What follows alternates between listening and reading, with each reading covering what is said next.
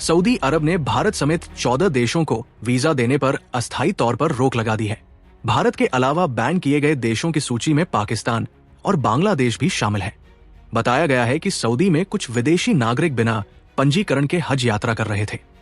ऐसे लोगों को रोकने के लिए यह फैसला लिया गया है। वर्ष 2024 के हादसे के बाद सऊदी के क्राउन प्रिंस ने वीजा नियमों को सख्त करने का निर्देश अधिकारियों को दिया था।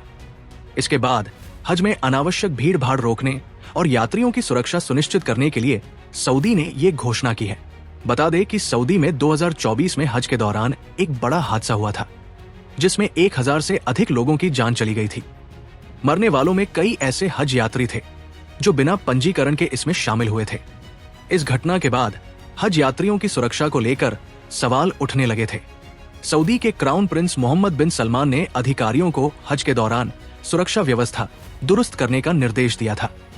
इसी क्रम में उन्होंने विदेशी यात्रियों के लिए वीजा नियमों को सख्त बनाने के लिए भी कहा था।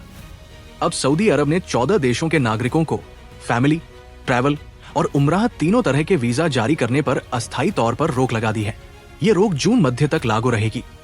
इसी दौरान इस साल की हज यात्रा भी समाप्त होगी। जिन देशों पर यह प्रतिबंध लगाया गया है उनमें भारत के अलावा पाकिस्तान, बांग्लादेश, मिस्र, Indonesia, Iraq, Nigeria, Jordan, Algeria, Sudan, Ethiopia, Tunisia और यमन शामिल हैं।